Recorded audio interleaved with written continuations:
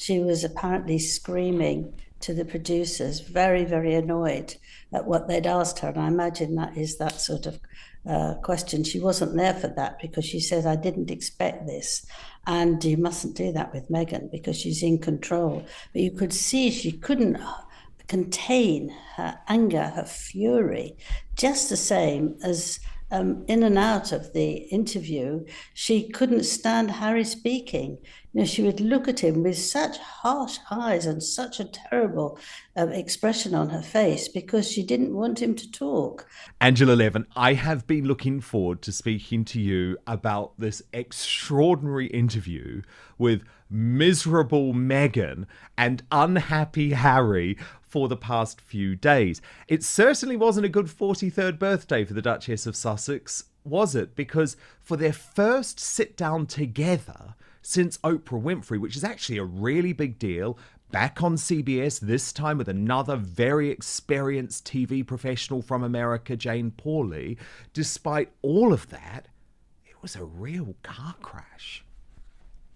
You had an experience that connects you to these families. And I see you touch your husband's hand in just the way I knew that you would be looking after each other if I went places. But the connection that you have with people is they know you had suffered too, personally. Contemplating killing yourself is what suicidal ideation was. And I'm dancing around this because I can see you're uncomfortable with my even going there. I understand why you are, though. I wasn't expecting it, but I understand why you are, because there is a through line, I think. And when you've been through any level of pain or trauma, I believe part of our healing journey, certainly part of mine, is being able to be really open about it. And I haven't really scraped the surface on my experience, but I do think that I would never want someone else to feel that way. And I would never want someone else to be making those sort of plans. And I would never want someone else to not be believed. So if me voicing what I have overcome will save someone or asks or encourage someone in their life to really genuinely check in on them and not assume that the appearance is good so everything's okay, then that's worth it. I'll take a hit for that. Oh, Angela, she was so mad. She was fuming. And you've actually heard that she threw a bit of a strop? Yeah, she did. After the interview was over, she was apparently screaming to the producers, very, very annoyed at what they'd asked her. And I imagine that is that sort of question. She wasn't there for that because she said, I didn't expect this. And you mustn't do that with Meghan because she's in control. But you could see she couldn't contain her anger, her fury, just the same as in and out of the interview, she couldn't stand Harry speaking. She would look at him with such harsh eyes and such a terrible expression on her face because she didn't want him to talk. I imagine it was very difficult, and Harry. I mean, I do feel sorry with him. Actually, when I see that face, he looks so unhappy. The face has absolutely got no expression on, and he just looks at a complete loss. He is really lost at the moment, I think. And although I've been very cross with him and seen such a change in him, I think that he's in a very, very bad way. Yeah, he felt so distant from her, Angela. He was almost backing away. And it was interesting to me that in that moment, Jane Pauley immediately noticed that Meghan put her hand on Harry's knee, but he didn't come in to provide her any sort of support. He basically let her take it. Yes. Well, usually he would certainly put a hand on that, or she would take his arm. But I think it wasn't that. I think that it was a case that if she had her hand on his leg, she could pinch it if he said anything without anybody really seeing it, and that would shut him up. I think it was much more, I'm in control. You do anything or say anything, I do what you see. And you will get it. That actually makes a lot of sense. So it's almost like, I've got this, Harry. Don't say anything. This is my time to answer this question. Yes, I feel that they're at a stage now where they can't stand each other. I don't know how long these things last. You can have those bouts. If you can't stand your partner, then you love them the next day. But this is a sort of thing that it wasn't working for them as a partnership, and they were really angry with each other. And I think that they can't really separate because Meghan wouldn't get nearly as many jobs as she would like, or respect she would like, if Harry wasn't there, because although he's not a working royal, he is still a royal, and it's that name royal that keeps her going. And he can't leave because what will happen? How will he see his children? How will he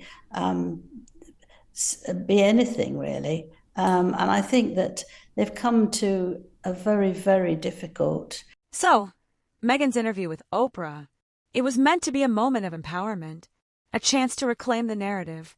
But according to Angela Levin, things didn't play out the way Meghan had hoped. In fact, behind the polished smiles and dramatic pauses, there was reportedly rage. Angela Levin says Meghan believed this would be her Princess Diana moment, a global reset, a public sympathy wave. But instead, she was hit with criticism, fact-checking, and behind-the-scenes eye rolls from the palace. And when that reaction started surfacing, Meghan was reportedly furious. And they might not leave each other now, but you can see there's no warmth there. There's anger, there's spite, and there's Drew is stepping out of it. As you see with Harry, he just stepped out of the whole conversation. And when he made a comment about it, Meghan looked at him. If eyes could kill, he'd be dead. And it almost felt, Angela, as if she was making yet another threat to the British royal family, didn't it? She said, "I've only scraped the surface." And to me, that felt like, is she writing the book at the moment? Is there more to come? There was a veiled undertone.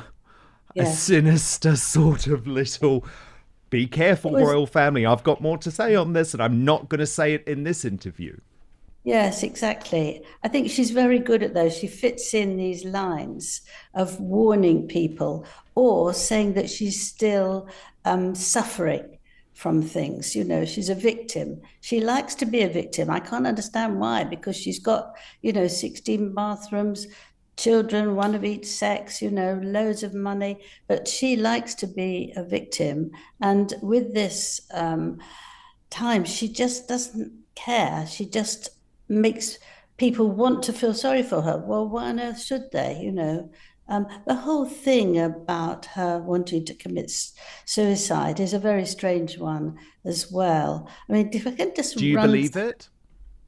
I don't actually. No, I think it was a way to get Harry out the family and whiz over quickly to America, because she went to the help of the staff. She asked the staff to help her, who have very different doctors from the royal family. Not saying they're better or worse, but they're not allowed to deal with royals. The royals are handled in a different way. There are always doctors running around or being there because the royal family have a whole load of their own. If she'd asked King Charles about help, he'd had therapy. If she'd asked for William or Catherine, they did this platform of mental health, which they knew very well. She said she didn't want to ask Harry because she knew he'd been very unhappy lately. Well, that's a nonsense, isn't it? If you're married to somebody and you're pregnant and you want to say, look, please help me, but she didn't want to do that. I don't think that's that's a nonsense. Now, the other thing is that really baffles me is that if you are in your late 30s and you're pregnant, she was about 6 months pregnant, you go to see your doctor and they will say to you, how do you feel mentally as well as physically? Because a lot of women who are getting heavily pregnant feel very low. They feel that their body's been changed and they don't understand how they're not happy when they should have when they want a baby. And there was somebody absolutely ready to help her. I mean, she must have gone because you can't not go when you're that age. You can get into a danger zone.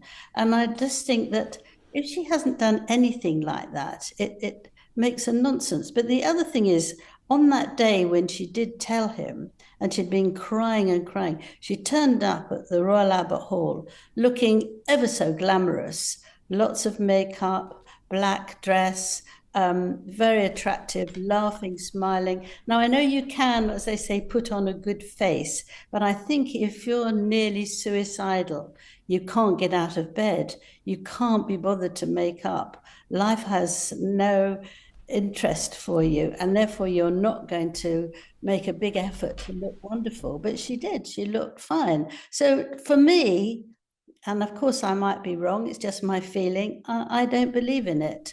So this has stayed on for 4 years now. Whereas, as you said, she's still thinking about it. She's only just got to the top. She's still on the surface about it. Well, for goodness sake, move on. Not disappointed, not surprised, furious. Insiders say Meghan's anger wasn't just mild frustration. It was a meltdown, shouting behind closed doors, blaming staff, advisors, even Harry, according to some sources. Angela Levin describes it as a moment where Meghan lost control of the script and just couldn't handle it. Now, of course, we have to ask, is this another exaggerated hit piece, or is there truth buried under the speculation? Because this isn't the first time Meghan's been accused of emotional blow-ups behind the scenes. Former aides have whispered it. Palace sources have hinted at it. And now, Angela Levin is saying it out loud. She doesn't want to move I know. on because she wants to win. But there's so many things about that night at the Royal Albert Hall that have never made sense, Angela, because if you sit in one of those boxes at the Royal Albert Hall, which I have done, have had the privilege to do, you are very, very close to the people in the other boxes and to the people who you're sitting next to, and you're on display the whole time. Even though the house lights go down, you can be seen. But remember, Angela, she claimed that as soon as the show began, she sat there sobbing. I'm sorry, I just do not believe it. Everyone has a mobile phone. She would have been photographed. Someone would have flashed her. So none of that ever really made sense. But also, if that had happened and Harry saw that, they would have been someone standing at the back who was someone in the staff, and they would have gently taken her out. She could have said she had a bad stomach, she felt sick. She could have excused herself, and nobody would estimate what she was doing. But it didn't make sense. I watched it. I watched those things, and she seemed fine. She seemed fine. She might not have felt fine. She could have been very uncomfortable with her pregnancy, but I think she has to exaggerate it and make her this victim, which is really sad. It is. I was laughing during this interview, though, Angela, because Meghan just so clearly could not stand Jane Pauley.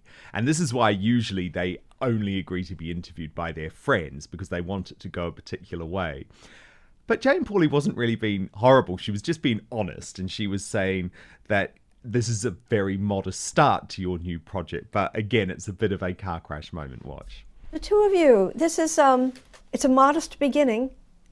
You know, it's not an army of parents yet. No. But what are your ambitions? I think you have to start somewhere. I think the simplest thing that anyone watching this, or anyone who's able to make change, to look at it through the lens of, what if it was my daughter? What if it was my son? My son or my daughter who comes home, who are joyful, who I love, and one day, right under my roof, our entire lives change because of something that was completely out of our control. And if you look at it through the lens as a parent, there is no way to see that any other way than to try to find a solution. She was not happy, Angela. But that was rubbish to say, you know, the only way as a parent is to try and look for to cure it, to make it better. Well, I'm not surprised at that. I mean, it's ridiculous that she suddenly come up with an idea of how to handle it, which absolutely is an essential, and she didn't need to. But I think that they had no, and still have no professional knowledge to take over, looking after parents whose children have killed themselves, committed suicide from something online. You need really special people who can handle that. And just going around to give the few people who were there an enormous hug is inappropriate. You know, they don't really want a hug. They want somebody to help them get over it and tell them in a medical way how they can recover. But you don't from a child. I mean, it's very, very difficult. And she did again, what was so annoying was talk about herself, about her own feelings, which reminded me of the podcast she did when it was all about me, me, me. And I think she didn't say anything about how she felt they could begin to have another life. It's all about me, me, me. So, you know, you hear Meghan yet again telling everybody about herself as if that's the key thing to a family who've lost a child. It makes no sense at all. But Angela, what about the hypocrisy of Yes. them trying to claim that they are campaigners to clean up the internet because they're anything but in reality? Yes, that's it. I've written down a thing from their friend, Christopher Bosie, who Oh, is one of yeah. the most beautiful men. So here we are again. Two sides of a story. Meghan, misunderstood, misrepresented, even vilified? Or Meghan, manipulative, image-obsessed, and cracking under pressure? Because let's be honest, this isn't just about a TV interview. It's about control, narrative, power, and public image. And according to Levin, when Meghan doesn't get her way, she doesn't just walk away, she explodes. If you see the people that they friendly with and the way they handle that when they're off center, then you realize that they are not really very nice people. Now, this man, he appeared with the couple on the 6-hour Netflix Yes. documentary, and his nasty side is absolutely appalling. I think you've had a touch of it, and so have Oh, I. yes, I have. But his comments include him saying in a line, Princess Catherine was aging as fast as a banana, that Prince William looked like a balding Muppet. And in October 21, he tweeted, I'm sorry, but William and Kate look like Harry's aunt and uncle. But the worst one of all is when he heard about Catherine's cancer, he wrote to his 350,000 followers on X, I am sorry to hear Kate has cancer. I hope she has a full recovery. But it is also clear that all 3 photos of her were fake and that Alice tried to cover it up.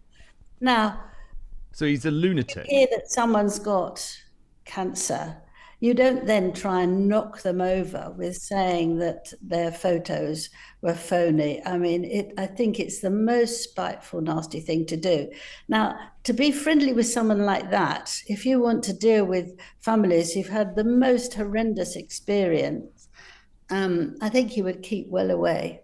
Yeah, totally. And he's the spiritual leader of the Sussex Squad, this guy. And I've never, just to clarify, they have never publicly distanced themselves from that guy or the Sussex Squad once. And actually, there was just one other moment I want to show you from the interview, Angela, because it shows to me that Meghan was not very engaged with these parents. In fact, where they are bearing their soul, both Harry and Meghan seem incredibly uncomfortable, the opposite of supportive. Watch this. In his hand, the phone. That's how addicted he was. He couldn't even kill himself without posting about it first. And like the Dollies, it's often impossible for parents or anyone else to see. In his They just were not engaged at all, were they, Because Angela? they want to do the talking. They want to handle it. They want to be in charge of it. And they might not actually feel any closeness to these people or even what to say. And that's why you can see that they're really not able to handle that sort of thing. And actually, there's only this first one where they actually meet face to face. The rest of, I believe, are all going to be remotely.